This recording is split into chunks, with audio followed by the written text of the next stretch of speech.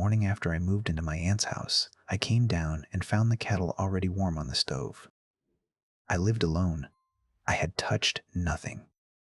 And I stood there in that cold gray kitchen with my hand not quite on the handle, watching a thin thread of steam lift from the spout and lean, very slightly, toward the window. And I told myself, I must have done it myself, half asleep and forgotten. People do. You put the kettle on out of habit before your mind is caught up, and by the time the day comes into focus, you've lost the memory of it entirely. That's all it was. That's what I told myself. I said it out loud, even, in the empty kitchen, the way you do when you want a thing to be true. And then I made my tea, and I did not think about it again for some time. That is the thing about the small wrongnesses, the thing I understand now that I didn't. Then, each one on its own has an answer, a dozen answers.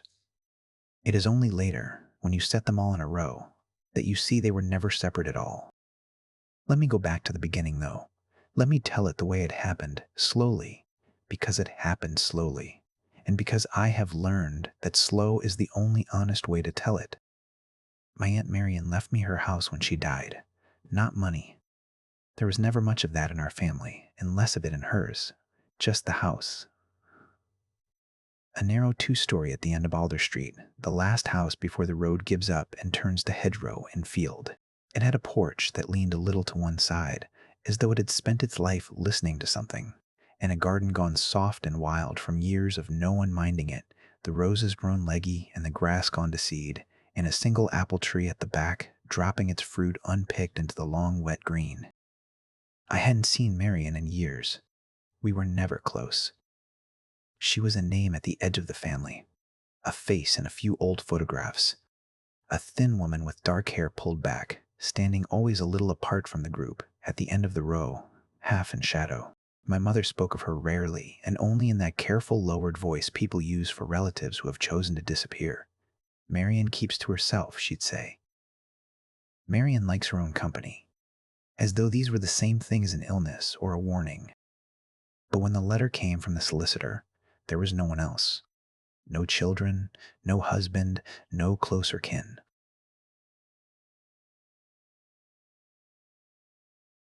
The house was mine now, free and clear, if I wanted it. And I did want it. I want to be honest about how much. I was tired in the way that sleep doesn't fix. I had spent my whole adult life in rented rooms, thin-walled flats where you learn the private routines of strangers through the plaster. The alarm that goes off at 6 on the other side of your bedroom wall. The couple upstairs who argue on Sundays. The endless low churn of a city that never lets the dark get all the way dark. I was tired of it. Tired of being one small held breath in a building full of held breaths. A house of my own. Even a crooked one. Even one at the end of a road that gave up.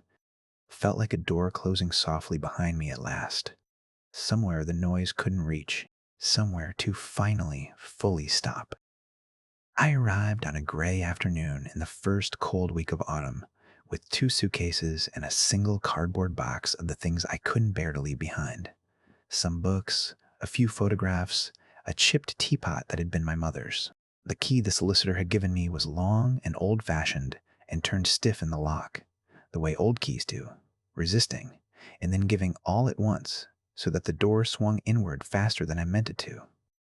And I half stumbled into the hall, and the smell of the place came up to meet me. Dust and lavender, and beneath those, faint and warm, something I couldn't name. Something that made me stop with my hand on the doorframe. It was the smell of a room that has just been left, the specific warmth a space holds for a little while after a person has stepped out of it. You know it. Everyone knows it. The sense that, if you had only come a moment sooner, you'd have caught them. I stood in the doorway of my dead aunt's empty house, and I felt, absurdly, that I had just missed her. That she'd heard the key and slipped out the back, the way my mother said she always did, keeping to herself, liking her own company, ending the row, half in shadow. I laughed at myself. I made myself laugh out loud into the quiet. And the quiet took the laugh and folded it away and gave me nothing back. because the house was quiet. I want to be precise about the kind of quiet because it matters, because it was the first true thing I noticed and the last thing I understood. It was not the quiet of an empty place. Empty places have a thinness to their silence, a hollowness, an echo waiting to happen. This was not that. This was a full silence, a settled one. The silence of a room where someone is sitting very still, not because there's no one there, but because someone is there and has no need to move. The silence of patience. I stood in the hall and I felt, for just a moment, watched. Not unkindly, the way a host watches a guest come in out of the rain. And then the moment passed, and it was only a house again, dim and dusty and mine, and I carried my suitcases up the stairs. That first night I made a bed in the smaller of the two bedrooms, not Marion's. I couldn't yet bring myself to sleep in Marion's.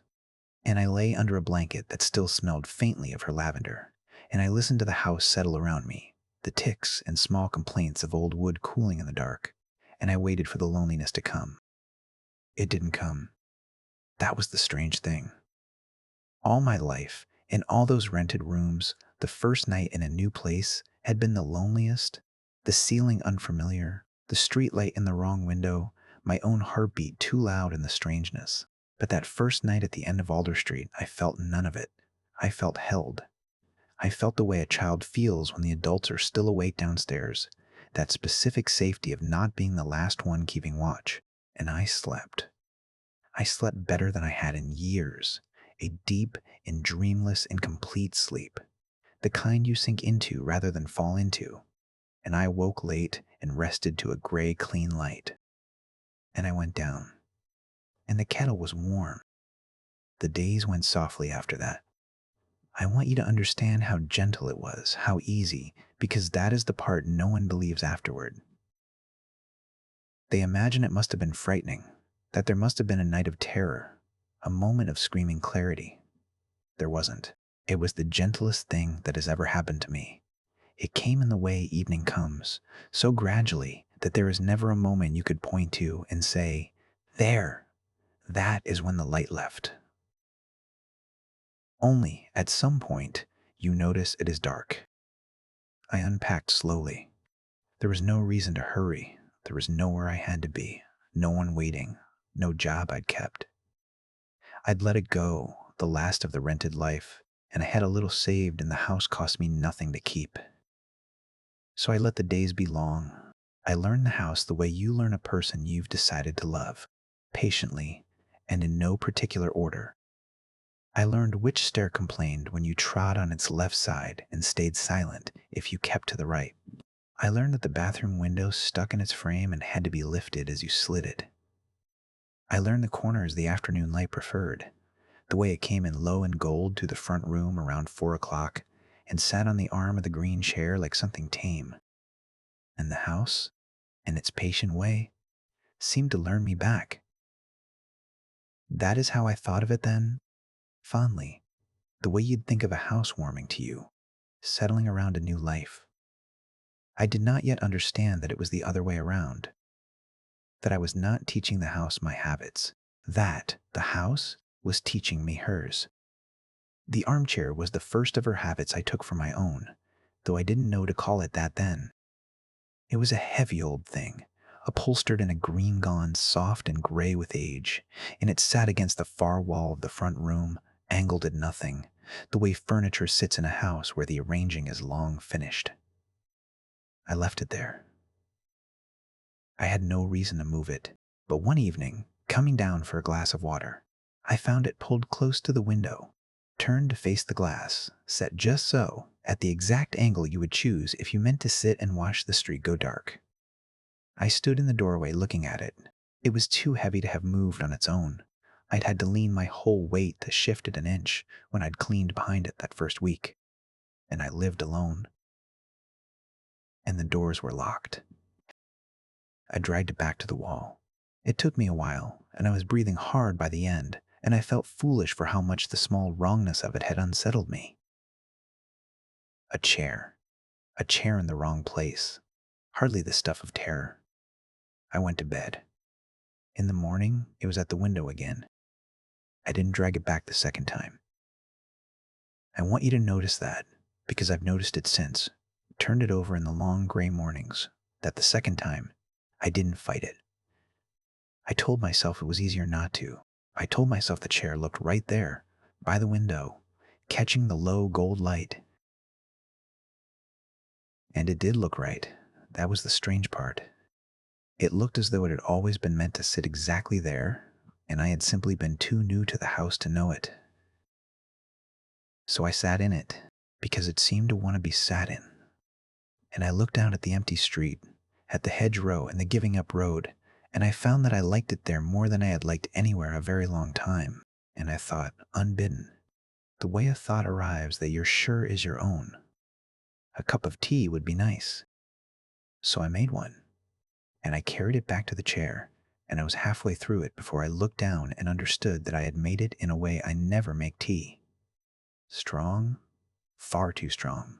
Stewed almost black, too much milk. And in a mug I had never chosen, a small chipped blue thing I'd found pushed to the very back of a cupboard behind the good china, the sort of everyday mug that belongs to one person's, one particular hand. I had passed it over a dozen times. I don't like blue. I don't take milk. And yet there it was, warm in my palm, and the tea in it was exactly, precisely wrong. And I had made it that way without one moment of deciding to. I set the mug down on the windowsill. My hands, I noticed, and I remember noticing. Remember the small, cold surprise of it. My hands were very steady. That was the week the small things began to gather. The way birds gather on a wire before you've registered that the sky has changed. I found a radio in the kitchen, an old Bakelite set, and I turned it on for company, and it was already tuned to a station I would never have chosen. A low murmur of a station. All soft old songs in the shipping forecast, and I meant to change it and somehow never did. And after a few days, I found I knew the songs, was humming along to them before they'd properly begun, though I'd never in my life. And there was the tune. I should tell you about the tune because it frightens me more than any of it now, looking back. More than the chair, more than the kettle. I have never been musical. Music was my sister's thing, never mine.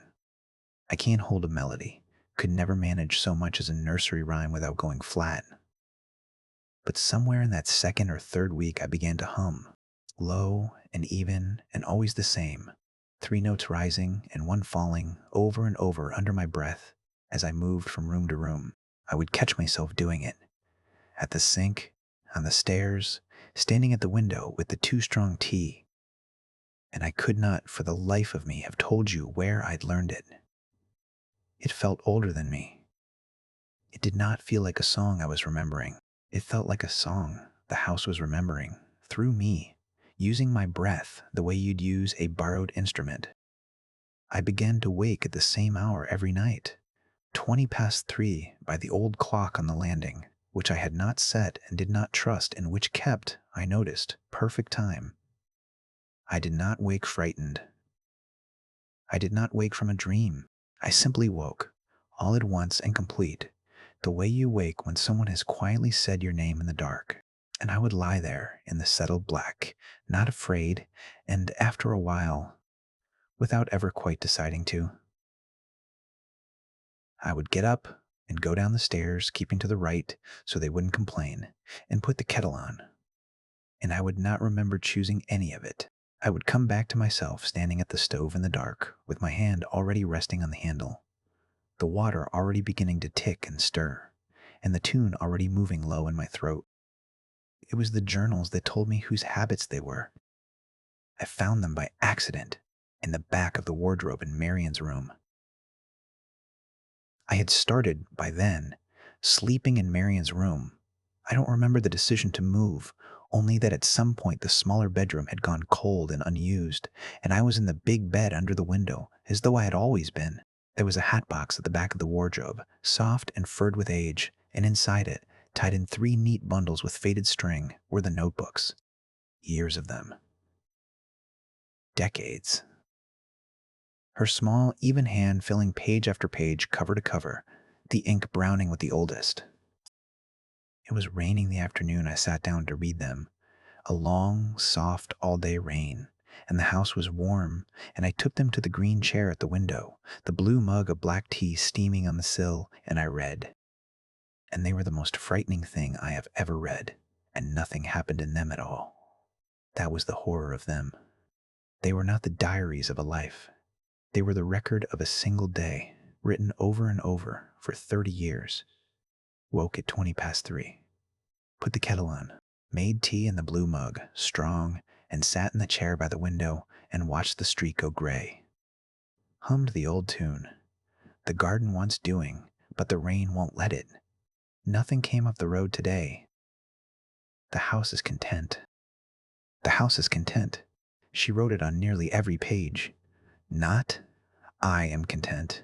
Not once in 30 years, I. The house, as though she were reporting on the mood of something larger than herself, something she lived inside of and served, something whose contentment was the only weather that mattered. The house is content today. The house was restless in the night, but is quiet now. The house did not like the man who came about the drains. He will not come again. And once, only once, in an entry near the end of the last book, in a hand that shook very slightly where all the others were steady, I am so tired, but the house is content, and that is enough, and it has to be enough, because there is no leaving a house that is content with you in it. I know that now. I have always known it. My aunt knew it too. My aunt knew it too. I set the notebooks down very carefully, as though they might wake, and I sat very still, and I became aware, slowly, the way you become aware of a sound that has been going on for some time, that the street outside was going gray, exactly as 30 years of pages had said it would, in the exact chair where 30 years of her had sat to say it, that my tea had gone cold and black in the mug I don't like, and that I was humming, low and even, 3 notes rising and 1 falling, without ever once having begun. I decided that night that I would leave. I need you to know that I decided it. Sitting there with her handwriting cooling in my lap and the rain on the glass and the tune dying in my throat, I decided clearly and completely that in the morning I would pack my 2 suitcases and my 1 box, and I would carry them down the complaining stairs, and I would turn the long stiff key in the lock a final time and drive away from the end of Alder Street and never, ever come back. It was not too late. I told myself that fiercely over and over. It was not too late. I had been there weeks, not years. I was not Marion. I was not the aunt before her. I still took my tea with no milk. I still, if I tried, if I really tried, could not quite hum the tune all the way to its end. I fell asleep deciding it, and when I woke, at 20 past 3, and then again to the gray, clean morning, I got up and I went down, keeping to the right, and I put the kettle on and I made the tea strong in the blue mug and carried it to the chair by the window and sat and watched the street go gray. And it was not until much later, until the light was full and the whole long day was half spent, that I understood I had not thought about leaving. Not once. That the thought had simply not arrived. That I had not fought it and lost. There had been no fight, somewhere in the night, without struggle, without grief, without so much as a ripple. The decision had been quietly set down, the way you set down a bag you have carried so long that you have stopped feeling its weight and only notice it is gone by the strange new lightness of your hand. The neighbors were kind to me, in the careful, lowered way people are kind to someone they are not quite sure of. There was an older man, 2 doors down, who kept a neat front garden and watched the road, and he stopped me at the gate one afternoon in my 3rd or 4th week. He looked at me a moment too long before he spoke, his head tilted, something working behind his eyes. "You've got her way about you already," he said. "Marion's, the way you stand there, the way you've got your hand on the gate." He smiled, but the smile didn't sit right on him. Funny that. How a house does it. My mother always said this one was. And then he stopped himself and looked at the road instead of at me and said only, "Well, you mind yourself, love," and went in. And I smiled, and I said I would. And I did not tell him that I had felt it too, that some mornings, passing the tall, dark mirror in the hall, I would catch the shape of myself out of the corner of my eye and not quite know it. The set of the shoulders too square, the head tilted at an angle I'd never held, the whole standing shape of me subtly, unmistakably altered, as though I were wearing a coat that had been taken in, here and there, very slightly, to fit a thinner woman. I stopped looking in the hall mirror. That is one of the things I did. In those weeks, without deciding to, I hung a cloth over the hall mirror, the way you do in a house of mourning, and I could not have told you which of us it was I did not want to see. I had bought a notebook, my own, a new one, with a blue cover I'd chosen precisely because it was nothing like hers, a different blue, a bright, hard, modern blue, and I had meant to keep my own account, to hold on to my own days, to write, in my own big, looping, careless hand. This is me. This is what I did. These are my own thoughts and no one else's, as a kind of anchor, a rope thrown back to the woman with the suitcases who had wanted so badly to stop. I opened it, one gray morning, weeks along, meaning to begin. It was already half full. My own hand, at the start, big, looping, careless, mine. The first few pages were mine, and I remembered writing none of them, but they were mine. And then, turning the pages slowly, so slowly, I watched it happen. I watched my own handwriting change, not all at once, line by line, page by page. If you turn them in order you could see it going, the way you can watch the evening go if you sit very still and refuse to blink, the letters growing smaller. Neater. Closing up. Evening out. The careless loops tightening into a small, patient, economical hand until the last pages I had written. And I had written them. The ink was mine. The pen was mine. The hand had been mine. Were not in my hand at all. Woke at 3:20, the final entry said in Marion's small, even letters. Put the kettle on. Made tea in the blue mug and sat in the chair by the window and watched the street go gray. Hummed the old tune. The garden wants doing. Nothing came up the road today. The house is content. I don't remember writing it, but I found, when I looked, that my hands were very steady. I am still here. That is the part I find hardest to explain. Hardest of all to the woman who arrived that first gray afternoon, tired and hopeful, with her suitcases by the door, and her whole unlived life still folded up inside her like a letter she meant to send. I am still here, at the end of Alder Street, in the last house before the road gives up. The days go softly. I wake at 3:20. I make the tea strong in the blue mug. I sit in the green chair and watch the street go gray, and nothing comes at the road, and the house is content, and I have learned that its contentment is the only weather that matters. Sometimes, only sometimes, in the last soft moment before I sleep, I feel her stir. The woman I used to be, I feel her turn over, somewhere deep down in the house, deep down under the habits and the tune and the strong black tea, the way you half wake in the night and almost surface and don't, and I lie very still in Marion's bed under the window, and I wait, and I do not breathe, and after a little while she settles again. She always settles. The house is patient. It has all the time there is. It has done this before, you understand. It did it to Marion, and to the aunt before Marion, and to whoever came before her, back and back. A long, quiet line of tired, hopeful women who came to the end of the road looking for somewhere to finally stop. And stopped. And were kept. And were content. Because a house that is content with you in it does not let you leave. and it will do it again. Long after me, there will be another letter, another solicitor, another woman with 2 suitcases and a box of the things she can't bear to leave behind, standing in the doorway, breathing in the dust and the lavender and the warm, faint smell of a room just left, feeling, just for a moment, not unkindly. If that is you, I want you to know it is a lovely house.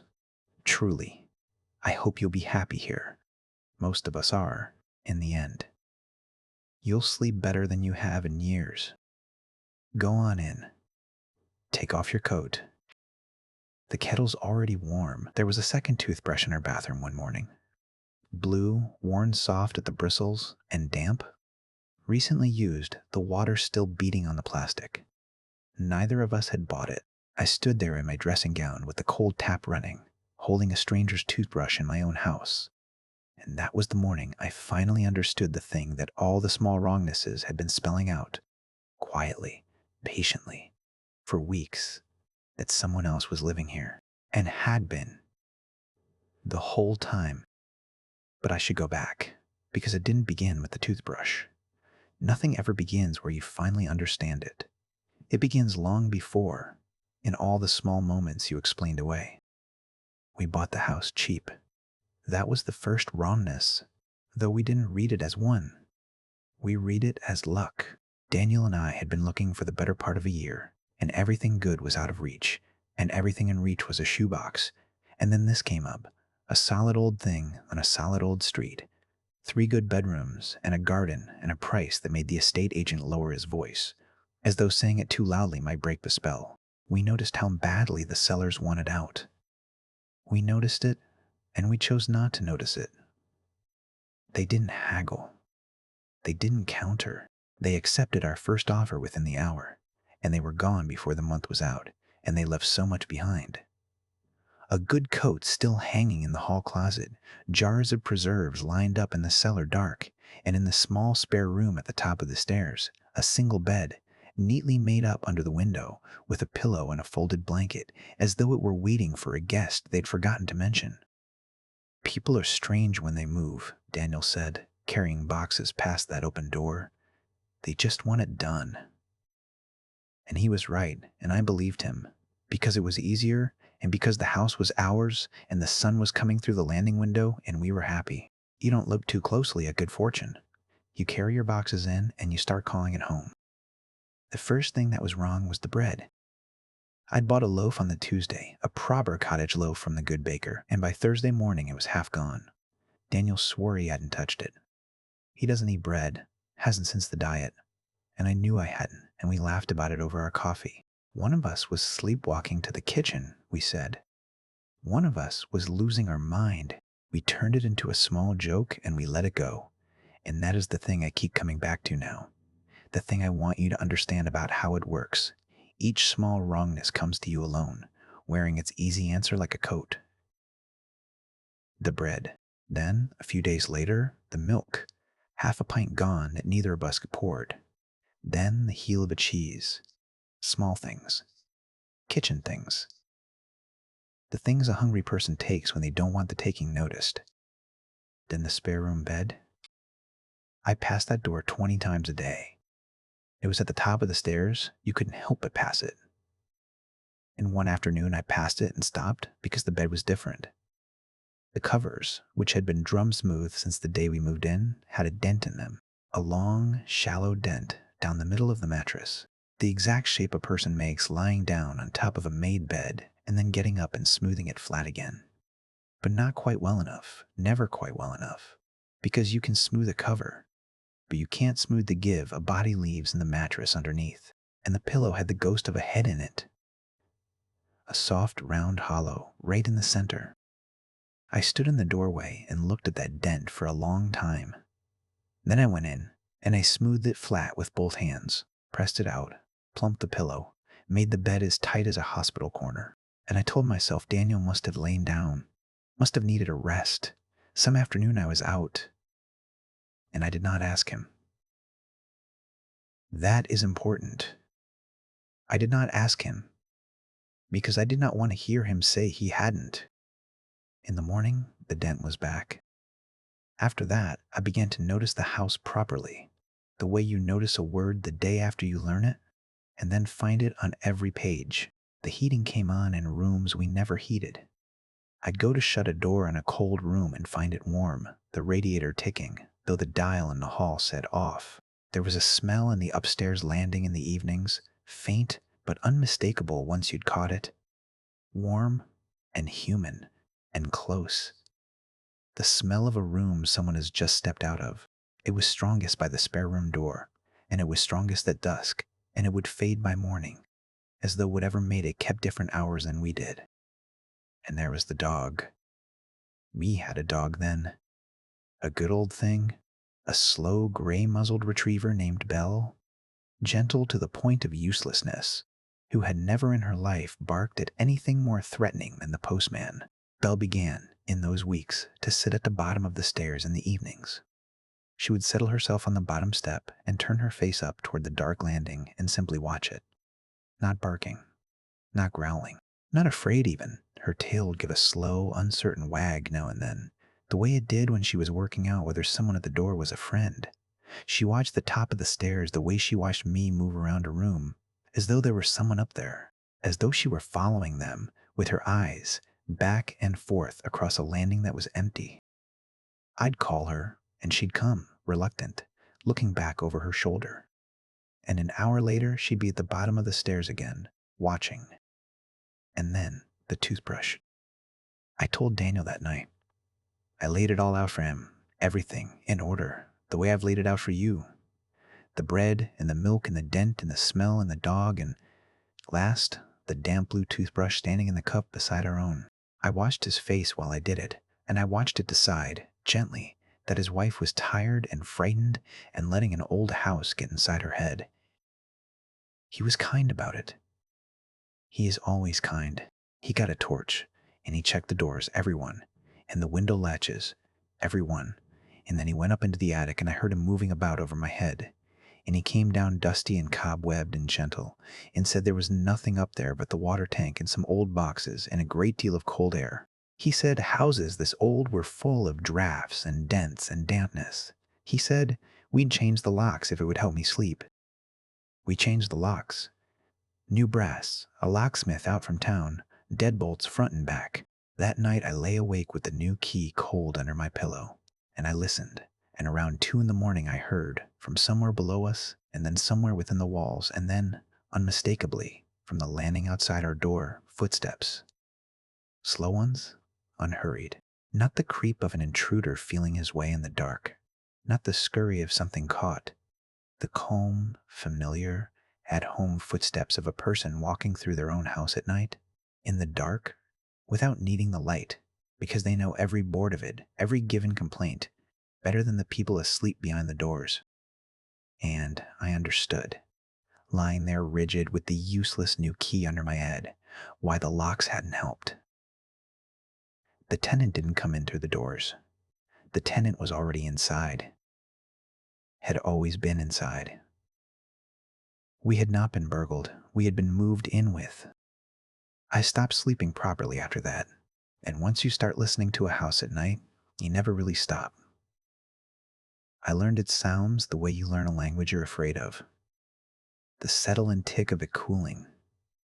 The wind in the chimney. And under those, some nights, not every night, the footsteps. Down to the kitchen, the small sounds of the tap, the fridge, back up, the particular soft complaint of the spare room door, and then nothing. The long nothing of someone lying down. Living. Quietly. In the hours we weren't using. Because that, I came to see, was the whole shape of it.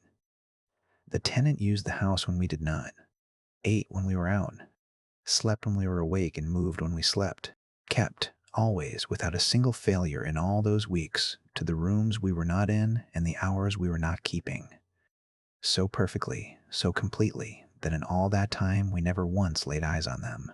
And that is the thing that finally frightened me more than the footsteps or the dent or the damp brush in the cup. Because you cannot avoid two people that completely, by accident. You cannot. It isn't luck and it isn't chance. The only way to move through a house in perfect counterpoint to the two people who own it, to be always in the next room, always up the stairs they've just come down, always gone from the kitchen the moment before they enter it, is to watch them constantly, to know their days better than they know them. Somewhere in my house was someone who had studied us the way you study for an examination you cannot afford to fail. I began to test it. I'm not proud of the cunning that came into me, but it came. I sprinkled a fine dust of flour across the kitchen floor one night before bed, and in the morning there were footprints in it, bare and narrow and human, that crossed to the bread bin in the fridge and back and out, and none of them were mine, and none were Daniel's. I marked the level of the milk with a pencil line and watched it drop by night. I set a hair across the spare room door and found it broken. I never saw them. I only ever found where they had been, the warmth still fading from a place they'd just left. And I began to feel that I was the ghost in that house, the one who left no mark, who was never quite real to it, who drifted through the daylight rooms while the true and solid life of the place went on in the dark, in the walls, in the hours I couldn't reach. I found the room in the autumn, not the attic. Daniel had looked in the attic.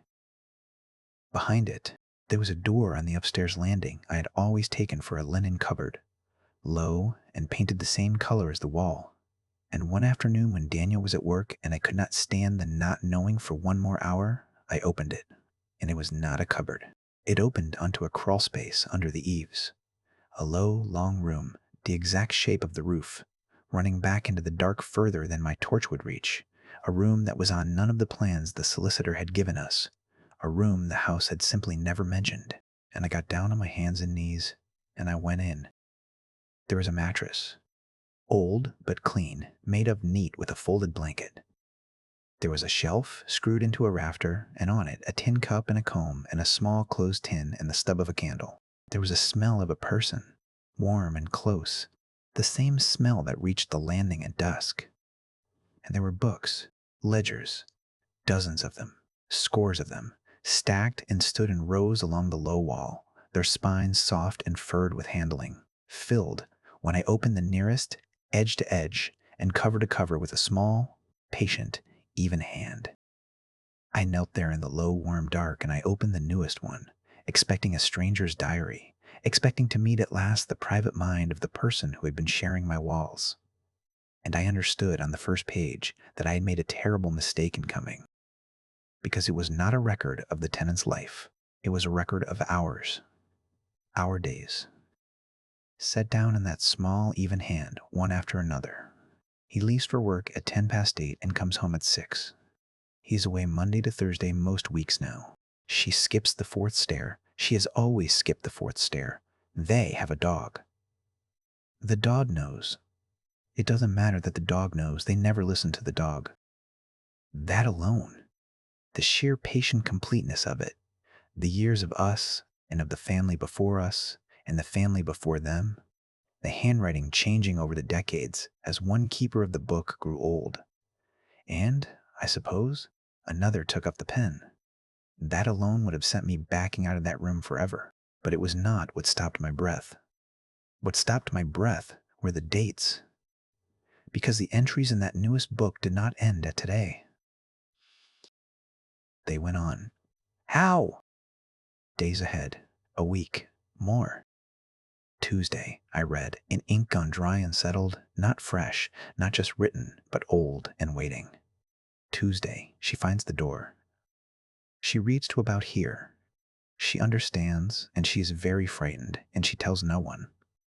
There is no use in telling. It is already written. I was reading that on a Tuesday.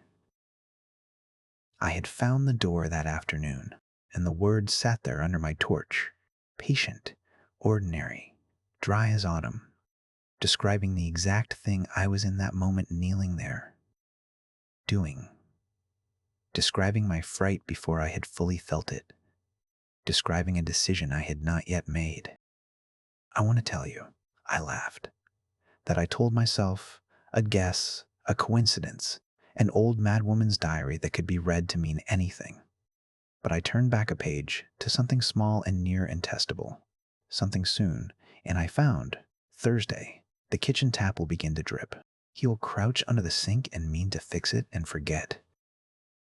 And on the Thursday, I could not help myself. I waited for it. The kitchen tap began in the afternoon to drip, and Daniel crouched under the sink that evening with a wrench and a frown and said he'd sort it properly at the weekend, and did not.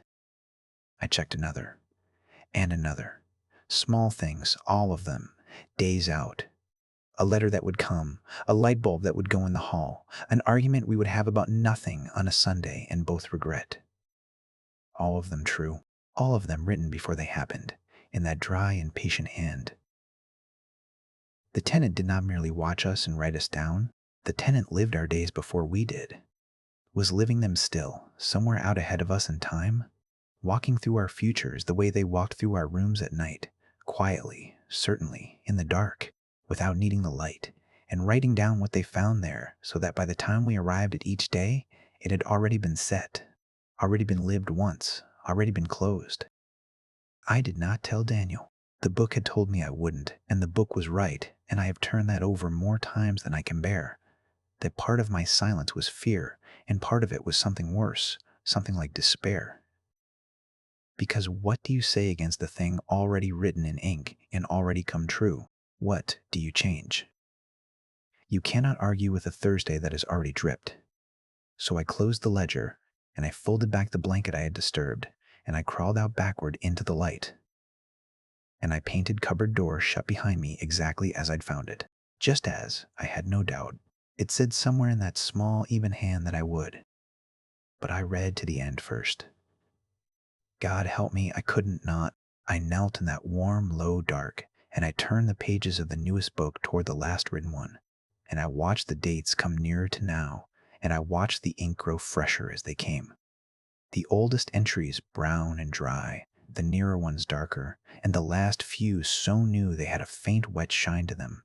Still, as though whoever kept the book was writing not weeks ahead now, but days. And what they described was small and ordinary and coming. Friday, the dog will not go upstairs at all. She will notice. And on the Friday, Belle lay by the front door all evening and would not put a paw on the bottom step and whined low in her throat when I called her, and I noticed. Saturday, he is restless. Twice he stops at the foot of the stairs and looks up and listens. He has stopped believing there is nothing there. She sees him do it and says nothing. It is Saturday now, as I write this.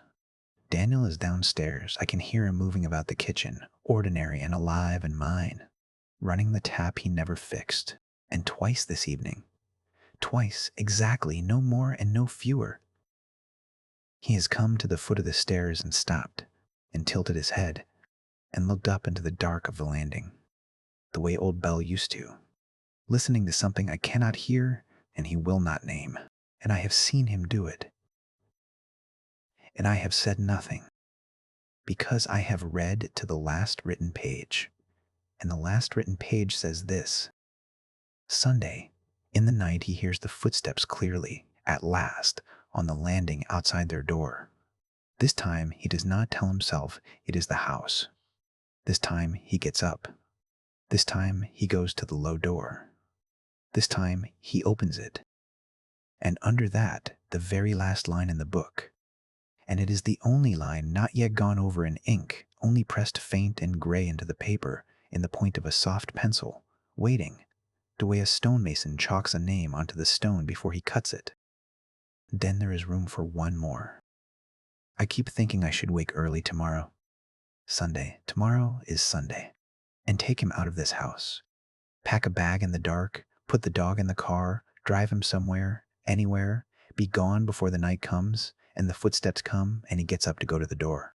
I keep thinking it, and I keep not doing it, because I have read the whole book now, and I have learned this autumn that in this house the things that are written come true, quietly, and on time, no matter who reads them first. And there is a terrible rest in that, a terrible giving up, that has begun to feel almost like peace. But it is only pencil. That last line, only pencil, faint and gray, not yet cut in ink. And pencil can be rubbed out. Maybe that is why it's pencil. Maybe that is the one small mercy in the whole patient book, that the last line is left soft and open and unfinished because it is the one line that hasn't happened yet. Maybe that means it still can be stopped. I have until Sunday. I have tonight. He's at the foot of the stairs again. He's looking up. I'm going to go down to him now, and I'm going to take his hand, and I am going to try. I am going to try. Do you hear me? Whoever reads this next, whoever finds this book in the low warm dark, with their own frightened breath loud in their ears. I am going to try to be the first of us in all these years to rub the last line out. Wish me a morning that isn't written. There is an hour I lose every night. For a long time I told myself it was only tiredness. It wasn't tiredness. My children knew what happened in that hour long before I did. All I ever had to do was ask them. And for the longest time, I was too afraid to ask. Let me tell it the way it came. Slowly. Because it came slowly. And because I have learned that the slow, ordinary, exhausted middle of a life is exactly where these things come to live. You have to understand first how tired I was. I don't think there's a word for it. The particular tiredness of a mother of small children whose husband works away. Daniel was gone Monday to Friday most weeks. A good job, a necessary job. 3 hours off up the motorway. Home late on Fridays, smelling of the road and gone again. And I loved my children. I want that on the record before anything else, because of everything that comes after. I love them with the whole helpless flooding of it. But loving them did not make me less tired. If anything, it made the tiredness worse. Because you cannot put down a thing you love, and so you carry it all day, every day, up and down the stairs, in and out of the bath, through the meals. No one eats, and the shoes no one can find, and the endless small hourly negotiations. Until by the evening, you are not really a person anymore. You are a set of hands and a low-worn voice doing the last things in the right order. You are running on the memory of yourself. And that was where the hour lived. At the very end of the day, after the baths and the teeth and the stories and the water glasses and the third and fourth returns to the bedroom door, after all of that, when I had finally got them down and pulled their doors to, and stood a moment in the dark landing with my forehead against the cool wall, there was an hour before my own sleep that I could not account for. I would put them down. And then I would seem to blink, and it would be late, much later, and I would be sitting on the end of my own bed with my shoes still on and the lamp still off, and an hour of my life would simply be gone, folded away somewhere I couldn't follow. And I would be too tired to wonder where.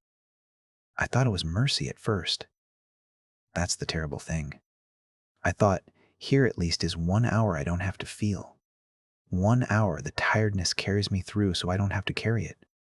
A little nightly death, a place to rest. I was almost grateful for it. It was the children who first made me wonder. Thank you for the song, my daughter said one morning over her cereal.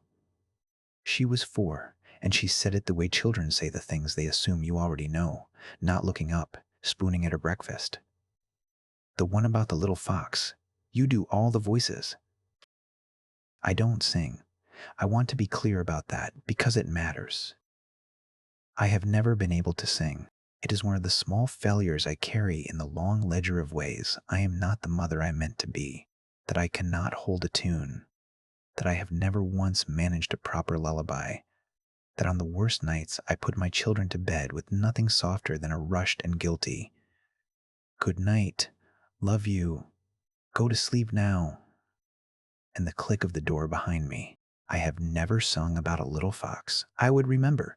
You remember the good things you did for your children. God knows you remember the bad ones. And yet my daughter described it to me over her cereal.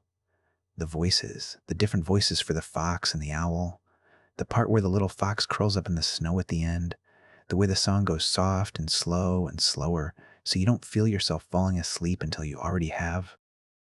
You sang it so beautiful, she said, and she smiled at me, milk on her lip, and something cold went through the warm, ordinary kitchen, and I could not have told you why. I let it go. Of course, I let it go. Children misremember.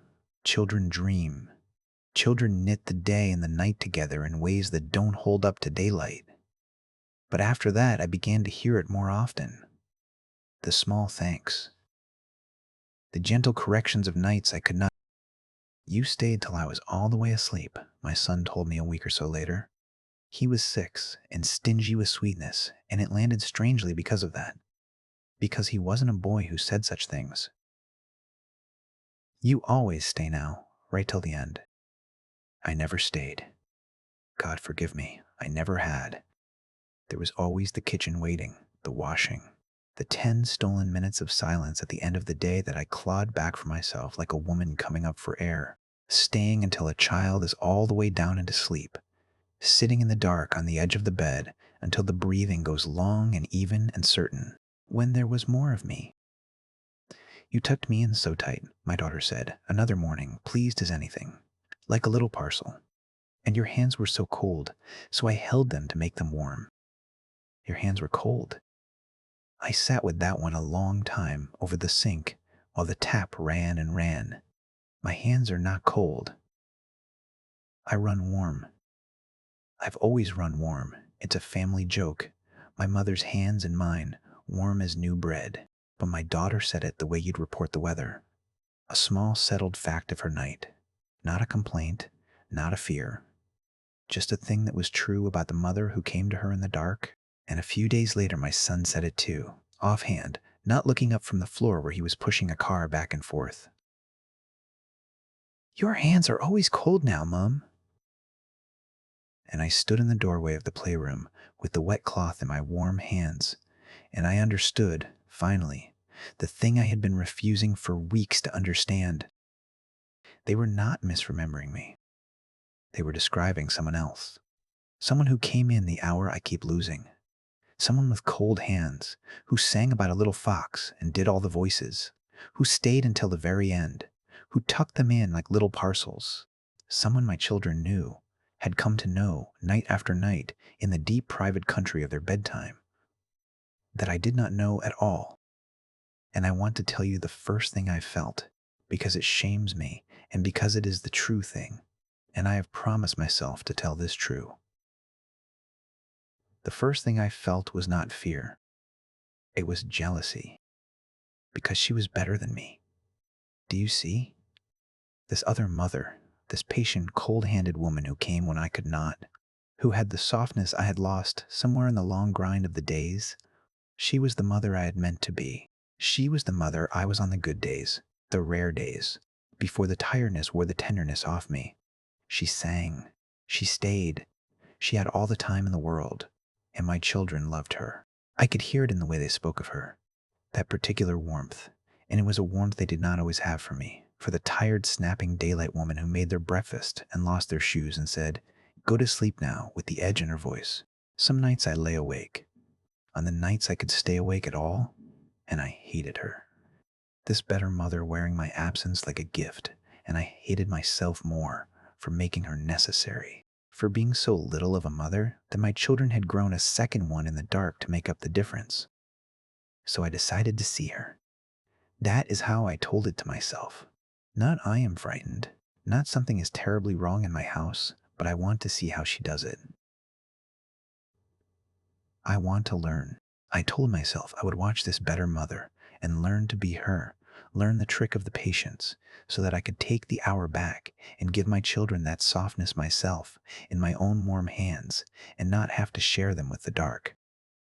I set my phone on the shelf in the children's room, behind the row of picture books, angled down at the 2 small beds. I checked it twice, and that night I'd put them down the way I always did. Rushed and guilty. Good night, love you, go to sleep now. The click of the door. And I went and sat on the end of my own bed in the dark, to wait and to watch and to learn. And I lost the hour. I don't remember waiting. I don't remember the minutes going. I don't remember getting up or sitting back down. I remember only that it was late, suddenly, the way it always was, and I was on the end of my bed with my shoes still on, and at my hands, when I noticed them, folded in my lap in the dark, or cold. In the morning, after the school run, after the house had gone silent, I sat at the kitchen table with a cup of tea I did not drink, and I watched the footage. For a long while, it was nothing. The dark room, the two small shapes breathing under their blankets, the nightlight throwing its soft round circle on the floor, the absolute stillness of children asleep, which is one of the few holy things left in the world. And I watched it, and I felt my shoulders come down from around my ears for the first time in a long time, and I thought, foolishly, half hoping, perhaps nothing. Perhaps I imagined it all. Perhaps I am only tired. And then the door opened. She came in without turning on the light.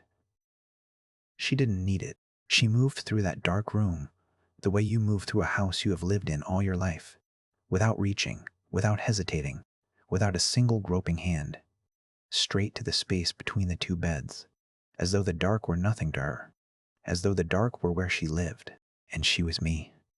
I need you to understand that, because I have turned it over and over in the long months since, and I cannot make it be anything else.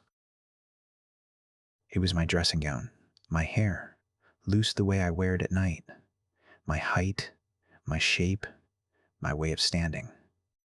It was me. On the small gray screen, in the dark of my children's room, it was me. But she moved wrong. Or, no, that isn't it. That was what I thought at first. But it isn't right. And I've made myself find the right words for it because the wrong words let you look away. She didn't move wrong. She moved too. Right. I move like a tired woman. Even there, on the footage of my own days, if you watch me put them down at the start of the night, there is a heaviness in me, a bracing, a woman leaning into the next thing and the next. But she, the one who came in the lost hour, she moved like someone who had nowhere else to be in all the time there was. Like patience itself had put on my body and come in to say goodnight. Every motion smooth and slow and complete. She had none of my hurry in her. She had emptied my body of its tiredness and filled it with something else, something even and cool and endless, and she wore me better than I have ever worn myself. She sat on the edge of my daughter's bed, and she began to sing. I couldn't hear it well. The phone was across the room. The sound came thin and far, but I could see it. The small motions of her mouth, the rise and the fall, the different shapes for the different voices. My daughter stirred and turned and settled deeper, the way children do when they are being sung down into sleep by someone they trust completely. And the woman who was me reached out one cold hand, and smoothed the blanket and tucked it in, close and firm like a little parcel, and let the hand rest a moment, just a moment, on the small sleeping back, feeling it rise and fall. Then she rose and moved around to my son's bed and did the same. The song, the blanket, the hand. And then she straightened. And she stood in the dark, in the narrow space between my two sleeping children. And she did not leave. That was the part I had not understood. My son had told me, "You always stay now, right till the end." And I had thought he meant a few minutes.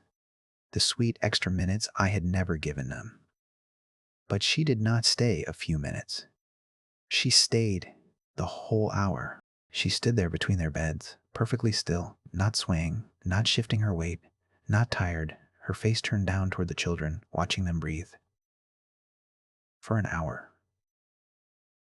60 minutes.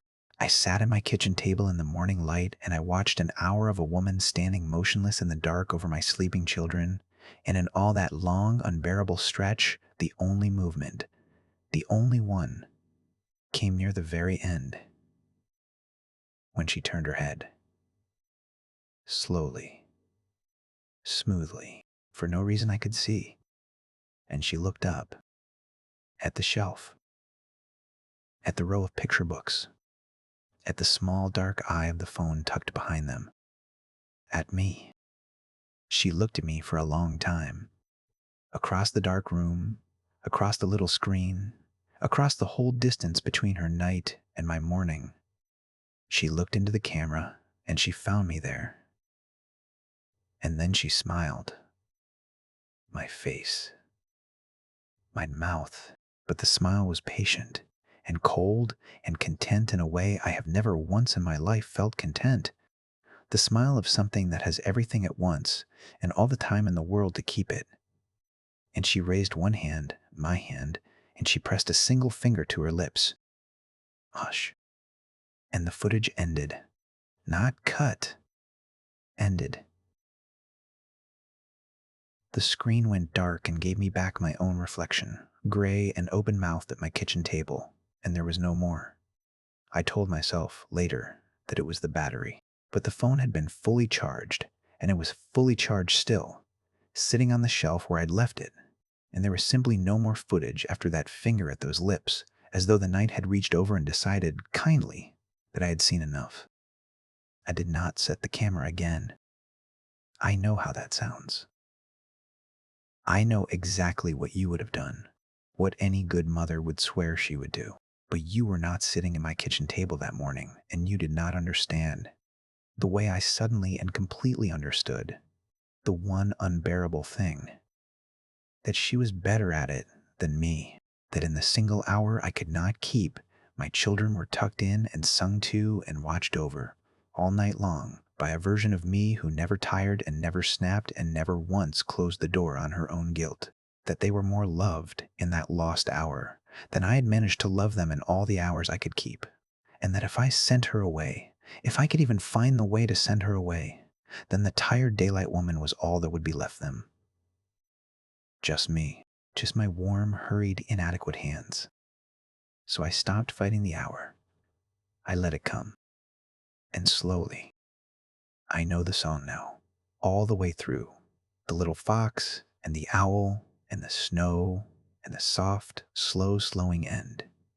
I have never learned it, and I know every word. And some evenings I find it already in my mouth as I climb the stairs.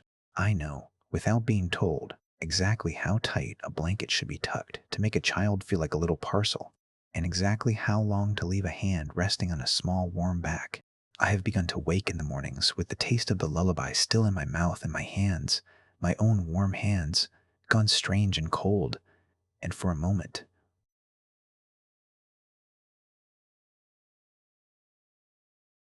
just a moment, before the day and the tiredness come flooding back to claim me and make me only myself again. I cannot quite. My daughter climbed into my lap this morning, before school, and put her arms around my neck and pressed her face into me the way she does. I love you best at night, she whispered into my collar, warm and certain and half asleep still, when you're the nice one. And I held her. I held my daughter in the gray, ordinary morning light, and I waited to feel afraid, and I did not feel afraid. I waited to feel the old jealousy, the hating of the better mother, and I did not feel that either, what I felt. And this is the thing I cannot make right, the thing I turn over now in the hour I have stopped trying to keep, the hour I have started, God help me, to look forward to all through the long, tired day. What I felt, holding my child who loves me best when I am someone else, was a cool and patient gladness, rising in me quiet as water. Go to sleep now, my loves. I'll be up soon. I'll do all the voices. My hands are getting cold. My husband died in March. He still comes home at 6. I don't say that to frighten you. I say it because it is the plainest true thing I know, and because I have spent these long months learning that the plain true things are the ones no one will let you say out loud. When I tried to tell my sister, her face did a small, careful thing, a folding, and she took my hand and said, "Grief plays tricks, love. Grief is a kind of madness, and it passes," and she meant it kindly, and she was wrong. It is not a trick. At 6 o'clock, most evenings, the key turns in the front door, and the door opens, and the cold March air that has never left this house moves through the hall. and my husband comes home. Let me tell it slowly. It came slowly, and slow is the only way I can bear to tell it now. Thomas and I were married 31 years. That is the first thing you have to understand before the rest can mean anything. 31 years in the same house, the one we bought young and poor and never left, the one where we brought the children home and raised them and watched them go. 31 years is not a marriage anymore by the end. It is a shape two people wear into a house together, a set of grooves worn so deep by the daily passage of a life that you stop seeing them as choices. The side of the bed, the chair at the table, the mug, the particular order of the evening, his key at 6, his coat on the third hook, his shoes off by the door, the kettle, the news, the two of us in the front room with the lamp on while the dark came down. 31 years of that. You do not think of it as anything. It is just the water you swim in. It is just the house, breathing, with the two of you inside it. And then, on a gray Tuesday in March, Thomas went out to the car after breakfast to drive to work. The way he had gone out to the car after breakfast for 31 years. And halfway down the path, his heart simply stopped, and he sat down on the cold, wet stone as though he had decided to rest a moment, and he did not get up. I found him from the kitchen window. I want to tell you it was terrible, and it was, but it was also so quiet, so ordinary, so much like a man just sitting down for a moment on the path in the rain, that some part of me is still waiting for him to finish resting and come back in. The house went wrong immediately, not haunted. I didn't think haunted, not then. I would have laughed at haunted. It went wrong the way a clock goes wrong when you take out one of its wheels. Everything else keeps turning, but nothing meshes. Nothing tells the time. I moved through the rooms in those first gray weeks, and every single thing in them was a groove worn by two people that now only one person moved through, and the emptiness of his side of every routine was so loud I could hardly stand in the house. His mug in the cupboard, the big brown one, second from the left. His chair, his side of the bed, which I could not bring myself to sleep in the middle of, so that I lay every night on my own edge with the cold expanse of his half stretching away beside me like a field in winter. The first sign was the coffee. It was maybe 3 weeks after.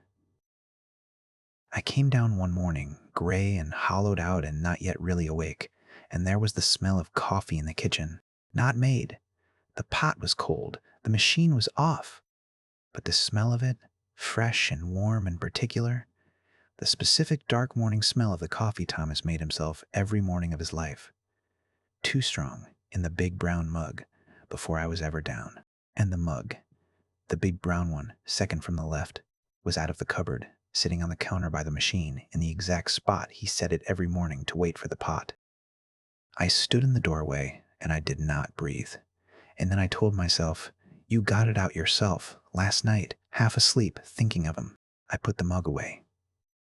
I made my own tea with shaking hands. And I did not think about it again for some days, because I could not. Because thinking about it was a door I was not ready to open. But the mug came out again, and again. Every few mornings, the big brown mug out of the cupboard, waiting by the machine, and the warm, dark, just made smell of his coffee hanging in a kitchen where no coffee had been made. And then it was the coat.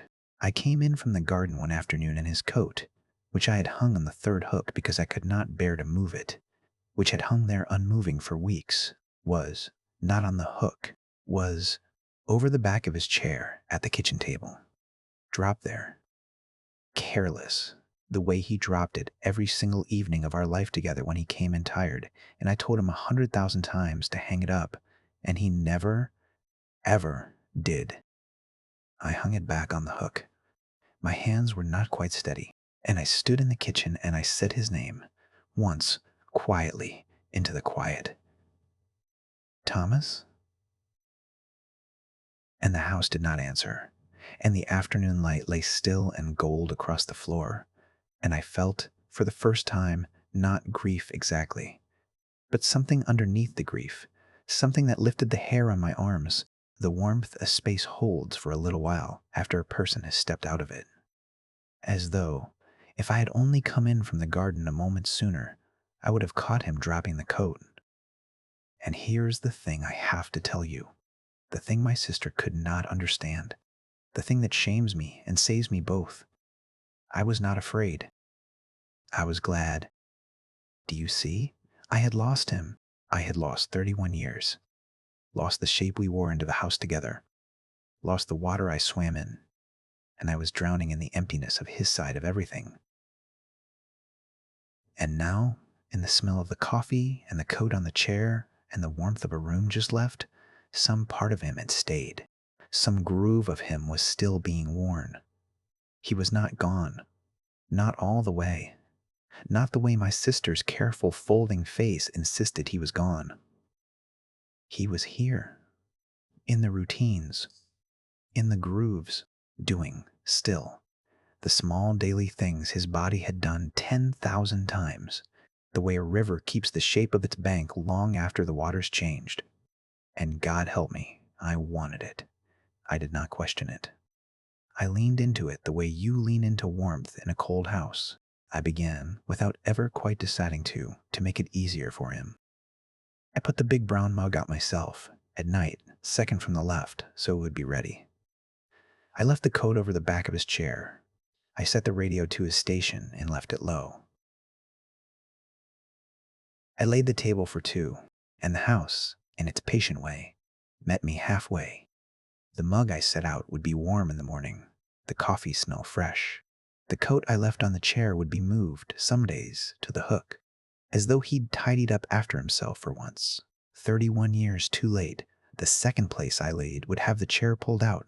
Just so, when I came down, we kept house together, Thomas and I, in those months. He in his hours, me in mine. I never saw him. I only ever found where he had just been, the warmth still fading, the groove freshly worn. And it was enough. For a while, it was enough. It was more than I had dared to hope the world would leave me. It was 6 o'clock that changed it. Because the deepest groove of all, the deepest of 31 years, was 6 o'clock. His key in the door. Home from work. And one evening in the early summer, sitting in the front room with the lamp on and the dark not yet come down, I heard it. At 6 exactly, by the clock on the mantel, the scrape of a key finding the lock, the old familiar resistance and give of our front door, the soft displacement of air in the hall as it opened. And then, nothing. No footsteps. No coat dropped.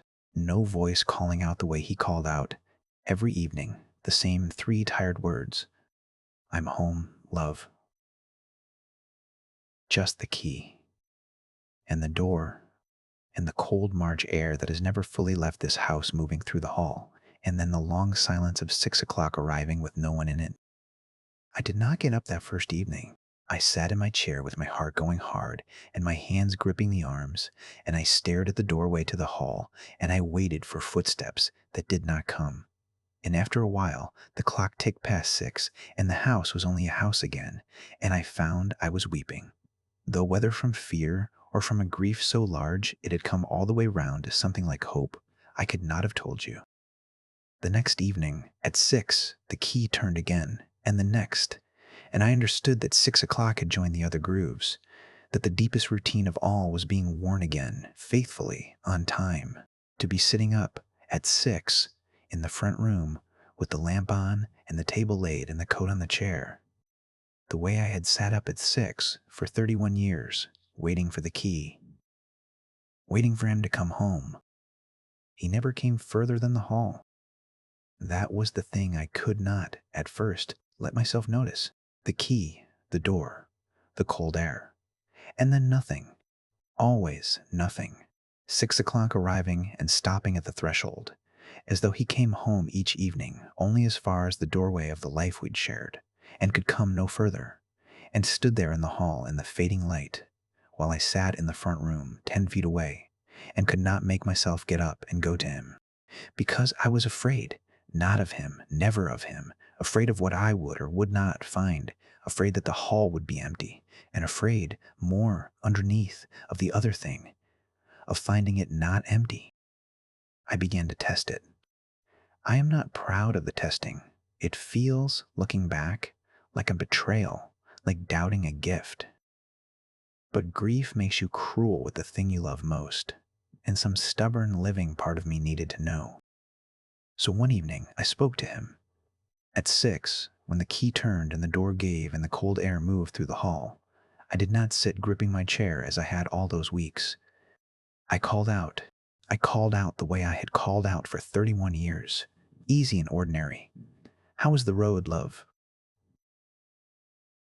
The thing I said every evening while he dropped his coat and toed off his shoes. And I waited. And there was nothing. Not a silence that was listening. A silence that was simply empty. The cold air moved through the hall and did not answer, could not answer, had nothing in it that could hear the question, and after a moment the clock ticked past 6 and it was over. He never once answered. I understand now that he never could, because what came home at 6 was not Thomas. I have had to say that to myself very slowly over many nights to make myself believe it. What came home at 6 was not my husband. It was the groove he had worn. 31 years of a man coming home at 6 o'clock had cut a channel so deep into the house, into the hours, into the very habit of the place, that when the man was gone, the channel remained, and the evenings still ran down it. The key, the door, the cold air, it was not him. It was the print he'd left. It was the house, faithfully, indifferently, doing the thing it had been taught to do 10,000 times, with no one left inside the doing. That was the first true horror of it, and it was worse than any ghost. A ghost would have been him. A ghost I could have spoken to, gone to, held. This was only the shape of him, worn into the days, running on. I had not been keeping house with my husband these long months. I had been keeping house with his absence, feeding it, laying places for it, setting out its mug, making its grooves easier to run in. And the tenderness I had poured into it had gone into nothing, into a channel, into the cold habit of a house that did not know he was dead and did not care, that would go on turning the key at 6 for as long as there was anyone left inside to hear it. And once I had let myself understand that, I could not stop seeing the other thing. The thing about myself. Because I had grooves too. 31 years of them, worn in beside his. And I began to notice, the way you notice a sound that has been going on so long you'd stop hearing it, how little of what I did anymore was choice. I sat in my chair at 6 because I had sat in my chair at 6 for 31 years. I laid the table for 2, still, always. Though I ate alone, my hands laid it, without asking me. I set out his mug, and I made my tea, and I moved through the evening in the old order. His groove and mine running side by side down the same worn channel, and one night, drying a plate at the sink, humming. I never hummed. I caught sight of my own reflection in the dark window over the taps, and for just a moment I did not recognize the woman doing the drying. She stood the way I had never stood. She moved the way the house wanted her to move. She was worn, already, halfway into a groove of her own, running down it faithfully in the dark, and I understood, with the plate still in my hands, that this was how it happened. This was how the house kept people. Not all at once, not with terror, with love and habit and the unbearable comfort of the old order, until the woman and the groove were the same thing, and there was no telling where the living stopped and the worn channel began. Marion? No. I had no Aunt Marion. I have never known a house but this one. Forgive me. The nights run together now, and I have begun to remember things that feel like mine and can't be, and I am not always sure, in the long dark, whose evening I am living. That is the truest sign of it, I think, when you stop being able to tell your own grooves from the ones the house is wearing you into. When, again, and still, and always all mean the same thing, and the days close over you like water, and you go on setting out the mug. I should have left. I know that. My sister begged me to leave. Come and stay with us. Sell the house. You're fading. You're going gray and thin and far away. There's nothing in that house but grief. And she was right. And she was wrong. Both. in the way she was always right and wrong. There was grief in the house, yes, but there was also him, or the shape of him, or the deep worn channel where he had been. And I could not leave it, because leaving it meant losing even the shape, losing even the 6 o'clock key, losing the last groove of 31 years, and being finally better the shape than the nothing, better the cold key at 6 than a silence with no key in it. I told myself that on my own edge of the bed, with the winter field of his side stretching away beside me. Better the haunting than the empty house. And so I stayed, and I set out the mug, and I laid the table for two, and I let the grooves run, and I felt myself going faithfully down my own. And then, on an evening in the deep of autumn at 6 o'clock, when the key turned in the door and the cold March air that has never left this house moved through the hall, I got up. I don't know what was different about that evening. Nothing was different. That was, perhaps, the whole terrible point of it. That after so many months of the same worn evening running down the same worn channel, some last living stubbornness in me, or some last exhaustion, or simply the groove itself reaching the place it had always been leading, made me set down the mug and rise from my chair and cross the front room toward the hall, toward the door, toward the cold, toward the thing I had been too afraid all these months to go and meet. The hall was dim. The light was almost gone from the day, and the one bulb I never turned on hung dark, and the front door stood. I saw it as I came through the doorway, and my heart went very slow and very loud. The front door stood open onto the dark garden and the path and the cold. The key was in the lock. Turned. His key, that had been in the drawer, that I had put in the drawer myself the day after, that I had not touched since. In the lock. Turned, and the door standing open onto the March night that had come, somehow, in autumn. The specific wet gray cold of the morning he sat down on the path to rest. And in the doorway, in the open door, against the last gray light, there was a shape. I want to be careful here, because it is the last thing, and because it is the thing my sister will never let me say, and because I have promised to tell it plain. There was a shape in the doorway. It was not clear. It was the shape a man makes standing in a doorway with the light behind him. No more than that. A darkness in the shape of a darkness I had known for 31 years. The set of the shoulders, the tilt of the head, the particular way he had of standing on the threshold at the end of the day. Tired, home, not yet, come all the way in. And it did not speak. And it did not come in. It stood in the open door with the cold coming past it into the house, and it waited. The way he had waited on the threshold 10,000 evenings for me to look up and smile and say, "There you are." And I understood that it had been waiting there every evening at 6 for all these months, come home as far as the door and no further, waiting for me to do the one thing I had been too afraid to do, to come and meet him, to cross the last of the hall, to step, at the end of the day, out of the warm, worn house and into the cold doorway where he stood, the way I had crossed 1,000 halls to him, and take the place beside him on the threshold, home at last, the two of us, in the shape we had worn together. My sister found the house 3 days later. She'd been calling, she said, and calling and no answer, and she came at last with her key and let herself in. She told the police the front door had been standing open the whole 3 days by the state of the hall. The leaves blown in, the cold got right through the house, and the lamp still on in the front room, and the table laid for two, and the big brown mug set out, second from the left, and the coat over the back of his chair, and no sign of me. The bed not slept in, the car in the drive, my phone on the sill, and no sign of me anywhere, in the house or the cold garden or the giving up road beyond it, then or since. They think I wandered off. Grief, they say. Grief is a kind of madness, and it does this sometimes, to the old, to the ones left alone. They walk out one evening and the cold takes them, and they're found, usually, in a field or a ditch a mile off, gone quiet and gray, in the way he went quiet and gray on the path. They're still looking, in the fields, along the road. My sister still looks. She won't stop.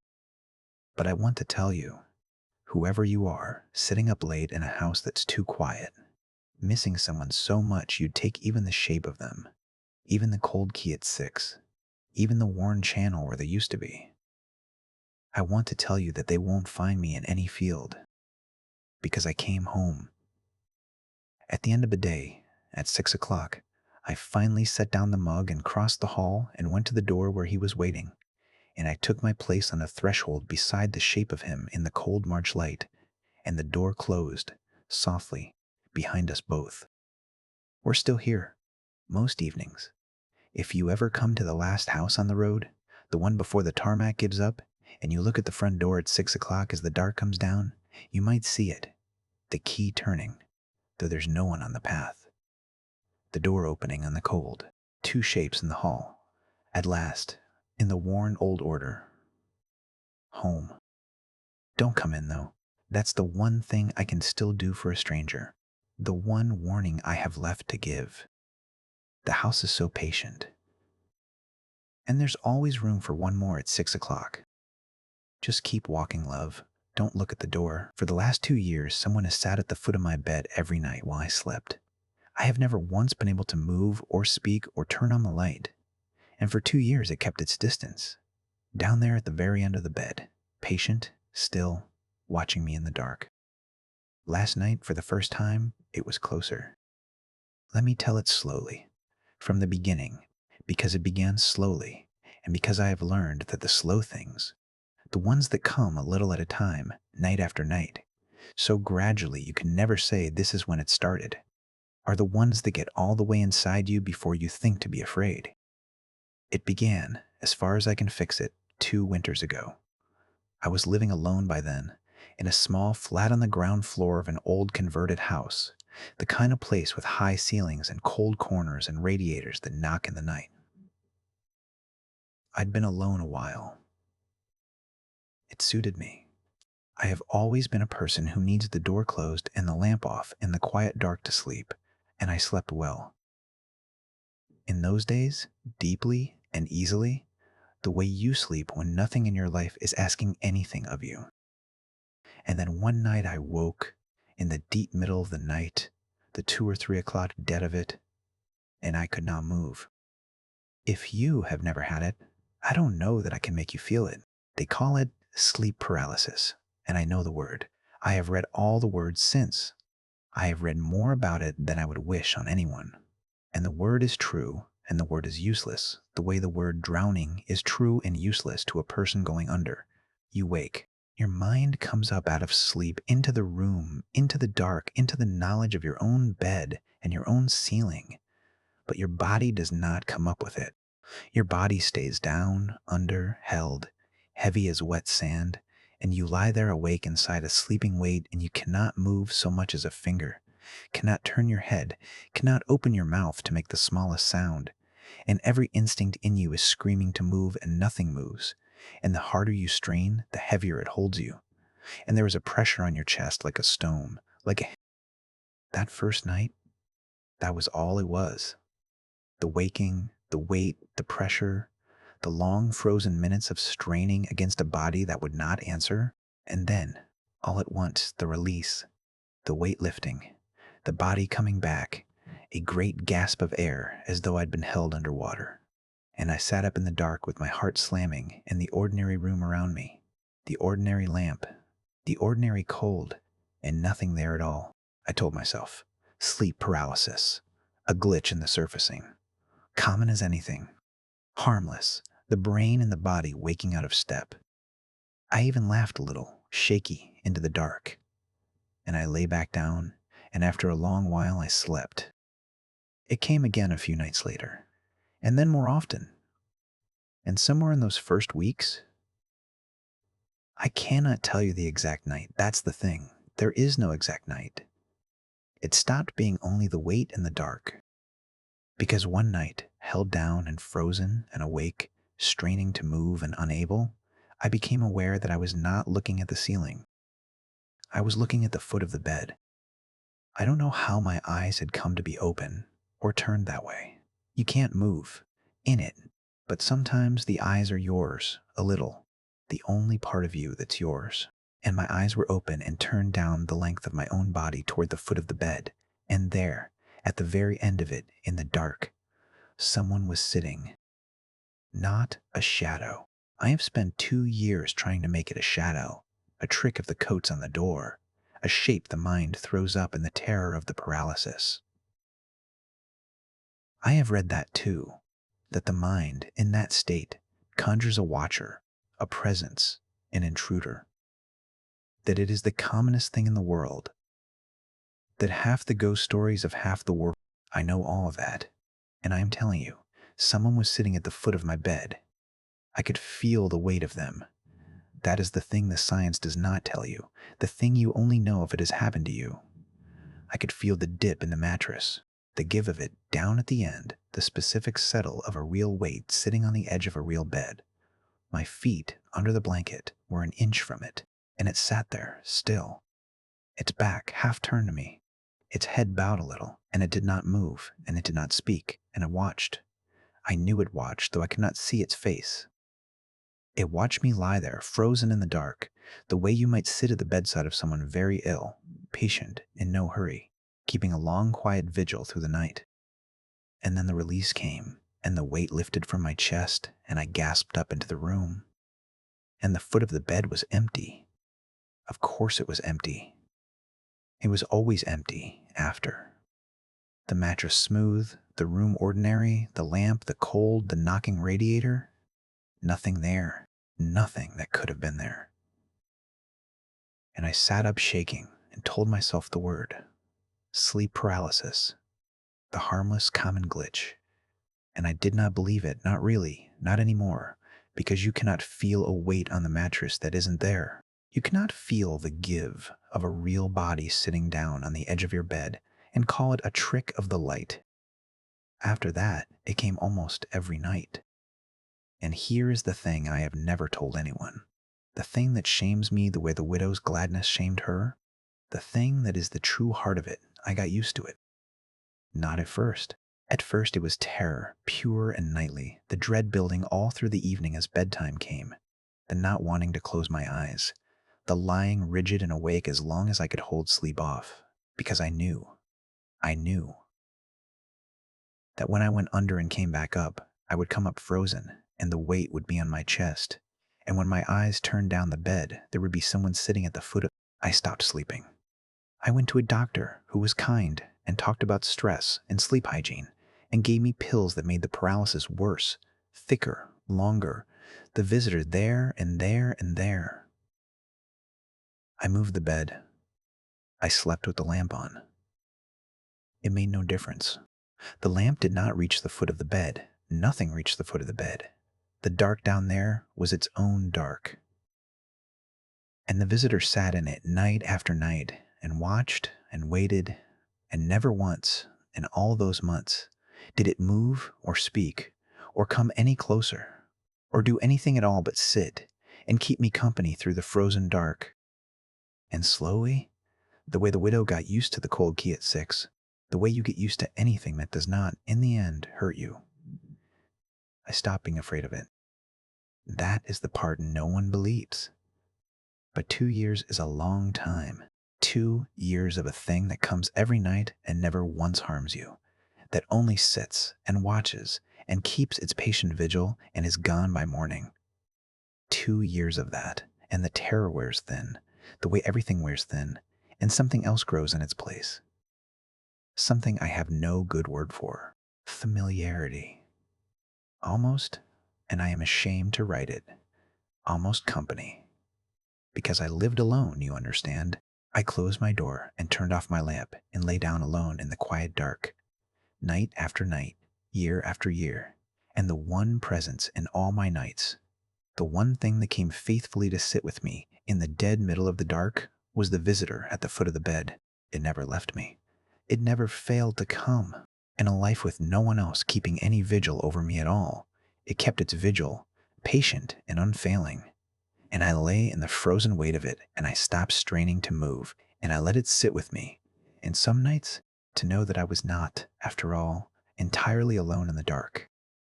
I should have wondered, sooner, why it was there, what it was waiting for. because a thing that patient is always waiting for something. I understand that now. You do not sit at the foot of a bed for 2 years, keeping a nightly vigil, still and silent and endlessly patient, unless you are waiting, counting even, towards some night that has not yet come. The doctor's word, sleep paralysis, has no waiting in it. The glitch does not keep a vigil. The glitch does not choose one person, one bed, and come back and back and back for 2 years, and sit and watch and bide its time. Whatever sat at the foot of my bed was not a misfire of my surfacing brain. It was patient. And patient things have somewhere they are going. Patient things are only still because it is not time yet. I know that now, because last night, for the first time in 2 years, it was closer. When I say it was closer, I need you to understand how small the change was, because that is the whole horror of it. That after 2 years of perfect stillness, of a distance kept so exactly, it had come to feel like a law of the world. The change, when it came, was almost nothing, a hand's breadth. Last night I woke frozen in the dead middle of the dark, and the weight was on my chest, and my eyes turned down the length of the bed the way they always did, toward the foot of it, toward the place where it sat. And it was not at the foot of the bed. It was sitting beside my knees, a hand's breadth closer, halfway up the bed instead of at the very end of it. The dip in the mattress under a real weight no longer down by my feet, but level now at my knees, close enough that if I could have moved, and I could not move, I could have reached out and touched it. And it sat there, still, its back half turned, its head bowed a little, exactly as it had always sat, patient and silent and watching. And the only thing in all the world that was different was that it was a hand's breadth nearer. And I lay frozen under the weight, and I felt, for the first time in a long time, the old pure terror come flooding back. Cold is the March cold, because a thing that patient does not close the distance unless the waiting is nearly over. And once the terror was back in me, it brought the memory with it, the one I had spent my whole life not remembering. Because it was not 2 years. I know that now. It had never been 2 years. Lying there frozen with the visitor at my knees, some door in me that had been shut a very long time came open, and I remembered. The way you remember a dream at the moment of waking, all at once and complete and already fading. That I had known this weight before, that there had been, in the small bedroom of my childhood, a figure that sat at the foot of my bed in the dark, that I had told my mother, the way children do, that there was someone in my room at night, someone who sat and watched me, and that she had held me and stroked my hair, and said there was no one, darling. It was only a dream. Everyone has them. And that I had believed her, because it is easier to believe your mother than to believe the dark. And I had folded the memory away and forgotten it, the way you my whole life. At the foot of every bed I had ever slept in every room, in every house, keeping its distance, keeping its patience, keeping its long, unbroken vigil, from the time I was a child too young to hold the memory, waiting. Not 2 years, a lifetime. It had been at the foot of my bed for my entire life, and I had only started to see it again these last 2 years because I understand this now, and it is the coldest thing I understand, because it was getting close enough at last to be seen. I have been counting since last night, doing the terrible arithmetic, if it kept its distance at the very foot of the bed for all the years of my childhood and my youth and my middle age, if it has spent a whole human life sitting patiently at the end of the bed, and only in these last 2 years come up as far as the foot of it, into the range where a frozen waking eye could find it. And if now, tonight, it has moved a hand's breadth further, up to my knees, then I have measured it with my eyes in the frozen dark. It is not far now from my knees to my chest, from my chest to the pillow, from the pillow to me. And I do not know what happens when it gets there. I have thought about it every waking hour since last night, and I can only tell you what patience is for. In my experience of the world, it is for the thing you are waiting to be allowed to do. You keep a vigil at a bedside for one of two reasons: because you love the one in the bed and cannot bear for them to be alone, or because you are waiting for them to go and you mean to be there when they do and to go with them. I used to think, in the years when I stopped being afraid, that it was the first, that I was not, after all, alone in the dark, that something kept me company, faithful and patient, because it could not bear for me to be alone. I let myself be almost glad of it. I let it come up close, a little at a time, because I had stopped straining against it, because I had made my peace, because I had, without ever deciding to, welcomed the one presence in all my empty nights.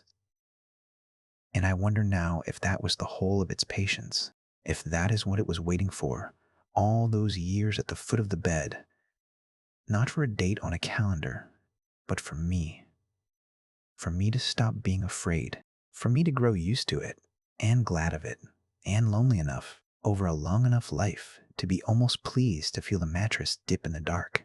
If the distance it kept was never a law of the world at all, but only good manners, the patience of a thing that will not come up the bed to you until you have, in your own heart, in your own loneliness, at last let it. And I have. That is the thing. Over 2 years, over a lifetime, I have let it. I stopped straining. I stopped fighting. I let it come. It is evening now as I write this. The light is going. Soon I will have to turn off the lamp, because I have always needed the door closed and the lamp off and the quiet dark to sleep, and I cannot change what I am, even now, even knowing. Soon I will lie down alone in the dark, and after a while I will go under, and after a while I will come up. Frozen, held, the weight on my chest, and my eyes will turn down the bed, the way they always do, toward the place where it sits. And I don't know where it will be tonight. A hand's breadth closer, I think. Level with my hips, perhaps. Or higher. I don't know how fast the last of it goes once the patience is nearly done. I don't know if there are 100 nights left, or 10, or 1. I only know that it is closer than it has ever been, and that it is coming, slowly, faithfully, up the bed toward me through the frozen dark, and that when it finally reaches me, when the long vigil is finally over, when the weight comes to rest not on the mattress but on me, I do not think I will wake up gasping into an ordinary room. I think that will be the morning I don't wake up at all. So if you are reading this, and it is morning, and the light is coming gray through your own window, then be glad. Be glad of the ordinary light, and the ordinary room, and the smooth, empty foot of your own bed. Get up, make your coffee, live your loud and ordinary day. But tonight, when you lie down, and you turn off the lamp, and the dark comes close, do me one kindness. Don't look at the foot of the bed. And if you feel the mattress dip, down there in the dark, the specific settle of a patient weight, sitting down to keep its long watch over you, don't get used to it. That's the whole of it. That's the only thing I have left to tell you. The one thing I wish someone had told me, before I grew so lonely, and so tired, and so used to the dark. Don't get used to it. It's getting dark now. I have to turn off the lamp. I'll let you know if I wake up.